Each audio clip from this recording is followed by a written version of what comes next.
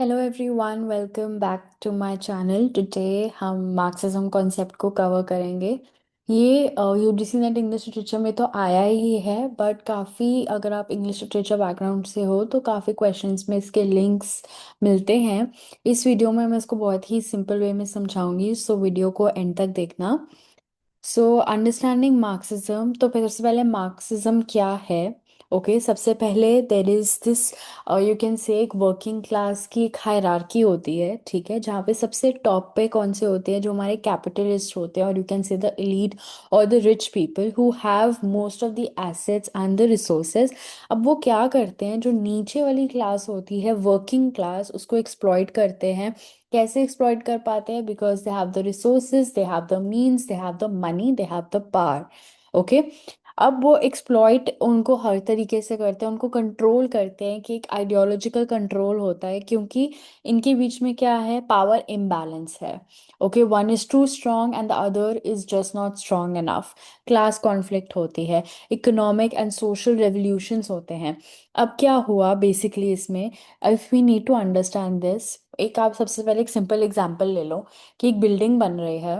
उस बिल्डिंग में जिसने सबसे ज़्यादा इन्वेस्टमेंट की है वो ऑब्वियसली वही करेगा जो रिच होगा। बट वो बिल्डिंग बनाई किसने है, किसका सबसे ज़्यादा लेबर गया है, that is the working class. अब जब वो बिल्डिंग का ओनर एक बिल्डिंग के अपार्टमेंट के सेल करेगा, फॉर एग्जांपल हम मान लेते हैं कि वो उसको 100 रुपीज़ में सेल कर रहा है। बट जो उस डेली वर्कर ने रोज मेहनत करी है, उसको तो सिर्फ थ्रू आउट 1 ईयर मान लो उसको सिर्फ 50 रुपीज मिले हैं, या ज्यादा से ज्यादा 10 रुपीज मिले हैं पर डे सैलरी अगर हम गिने। सो जस्ट इमेजिन कि जब एक ऐसा सिस्टम होता है सोसाइटी का, कि जो सबसे ज्यादा मेहनत पुट इन कर रहा है, but still they are not getting the rewards, but only those people are earning who have that political, who have that financial control.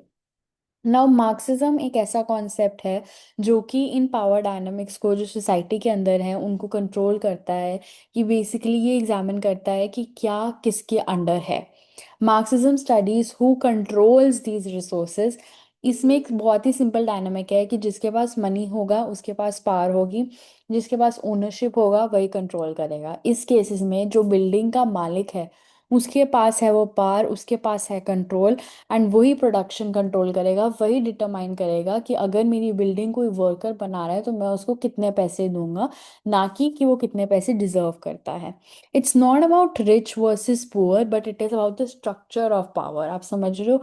ऐसा नहीं है कि वो सिर्फ अमीर है तो वो इसलिए ऐसे कर रहा है, बट इसीलिए भी क्योंकि सोसाइटी का मेकअप ऐसा हुआ हुआ है, जिससे ये एग्जामिन होता है कि कौन कितना ज़्यादा पावर और अथॉरिटी होल्ड करता है सोसाइटी में। अब कैपिटलिज्म क्या होती है? बेसिकली जहाँ पे गवर्नमेंट कंट्रोल नहीं होता है, where the private sector is the king, relationships become networking, art becomes product, हर चीज़ की एक मार्केट वैल्यू लग जाती है, even personal identity becomes branding. For example अगर हम एक इसको बहुत ही सिंपल वे में देखें, कि इन्फ्लुएंसर से अगर वो कोई चीज़ बेच रहे हैं, तो जैसे इफ़ दे आर सेलिंग कि हम बहुत यूनिक हैं, तो वो यूनिकनेस भी एक प्रोडक्ट बन जाता है। This is called commodification. Simple language में बताऊं तो इट बेसिकली रेफर्स टू हर एक चीज़ का प्रोडक्ट बना देती है कैपिटलिज्म।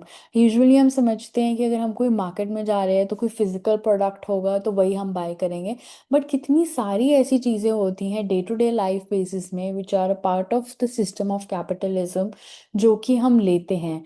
अगर हम फॉर एग्जांपल किसी पॉडकास्ट को सुन रहे हैं और उसके बाद हम कुछ फॉलो कर रहे हैं, so that is also a product. Okay, everything is commodified in the process of capitalism.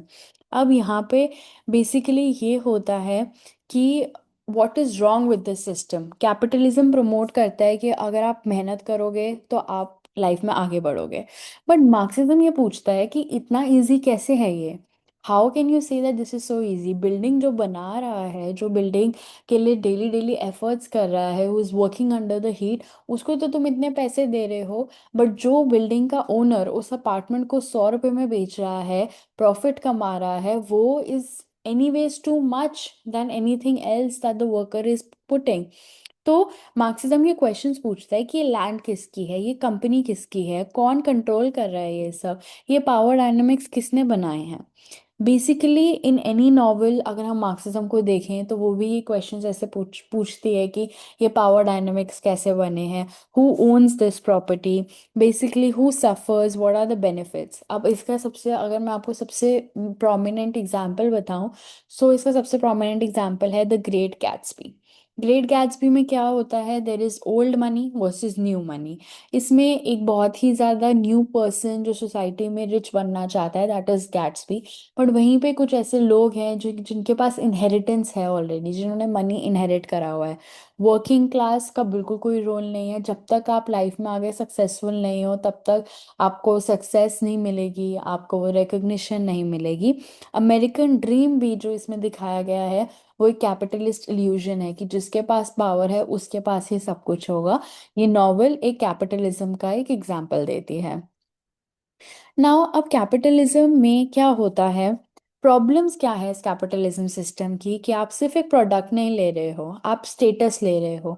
जैसे मान लो आप एक घर खरीद रहे हो, you are not just doing it for your facility, but वो एरिया कौन सा है, you are trying to buy your identity, वो बिलोंगिंग ले रहे हो आप, राइट। बट सिमिलरली अब ये एक और एग्जांपल देता है कि जैसे मान लो एक फैक्ट्री चल रही है, जो फैक्ट्री को चला रहे हैं वर्कर्स हैं, जो डेली काम कर रहे हैं हीट के अंदर, उनके उनके साथ साथ क्या हो रहा है, they are working for goals जो कि उनके है भी नहीं, वो तो सिर्फ अपनी डेली इनकम के लिए काम कर रहे हैं। बट इन चीज़ों में से कौन सबसे ज़्यादा प्रॉफिट कर रहा है, जो इन चीज़ों को ओन कर रहा है। So ownership is a very very crucial aspect under Marxism, जो कि मार्क्सिज्म चैलेंज करता है। कहता है कि कैपिटलिज्म में यही सबसे बड़ी प्रॉब्लम है। Modern capitalism creates mental alienation.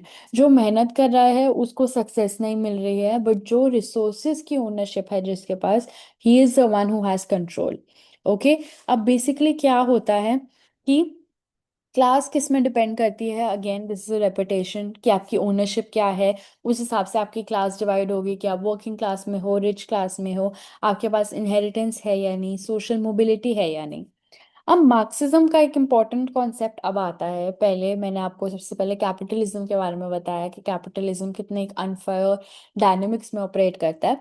अब मार्क्सिज्म की जो थ्योरी है वो कार्ल मार्क्स ने डेवलप की थी, who was a German philosopher, economist and social theorist, who wrote the communist manifesto. And also he focus, जो उनका मेन फोकस था वो था कैपिटलिज्म की वैल्यूज को चैलेंज करना, क्लास के स्ट्रगल के बारे में बात करना, लेबर एक्सप्लॉयटेशन के बारे में बात करना। But it was not just more of like a political theory, but इसके काफ़ी ज़्यादा लिटरेरी डायमेंशंस भी हैं। And as students of literature हमने ये वर्ड मार्क्सिज्म बहुत बार सुना है। सो व्हाट इज मार्क्सिज्म, इसका कोर आइडिया क्या है कि सोसाइटी जो है वो इकोनॉमिक सिस्टम्स के अराउंड फंक्शन करती है। ये एक यूनिवर्सली एक्नॉलेज्ड फैक्ट है कि जो सोसाइटी है वो इकोनॉमिक सिस्टम्स के अराउंड फंक्शन करती है। इकोनॉमिक पावर को क्या क्या शेप होती है, पॉलिटिक्स शेप करता है, लॉ शेप करता है, एजुकेशन शेप करती है। एंड बेसिकली अगर हम इसमें देखें तो मार्क्स ने जो सोसाइटी थी उसको टू क्लासेस में डिवाइड किया था। एक थे जो ओनर्स थे और एक थे जो वर्किंग क्लास थे। ठीक है, ओनर्स जो थे वो बेसिकली सब कुछ थे, उनके they had a lot of resources, they were the basically the capitalist class. Working class थी जो कि सबसे ज़्यादा प्रॉब्लम्स फेस करती थी।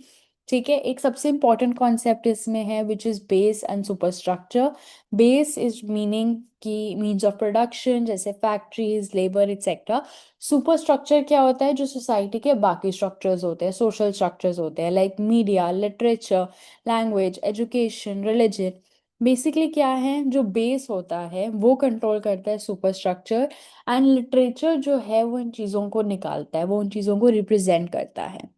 अब मार्क्सिज्म इन एवरीडे लाइफ हम देखें तो we can understand it in terms of real estate inflation हो रही है, इन्फ्लुएंसर कल्चर हो रहा है। आज की डेट में भी मार्क्सिज्म एक बहुत ही लिविंग थ्योरी है। बट मेन क्वेश्चन ये नहीं है कि आप अमीर हो या गरीब हो। मेन क्वेश्चन ये है कि who is the one who benefits the most from this system, कौन सबसे ज़्यादा मेहनत कर रहा है, कौन सबसे ज़्यादा प्रॉफिट कर रहा है। तो बेसिकली ये चैलेंज करता है कैपिटलिज्म को, चैलेंज करता है उसके मॉड्यूल्स को, कि हर चीज़ एकदम ऐसी नहीं है rich and poor, but it is actually so much more. Okay. Basic themes अगर हम देखें इसके तो वो यही हैं कि it is important to understand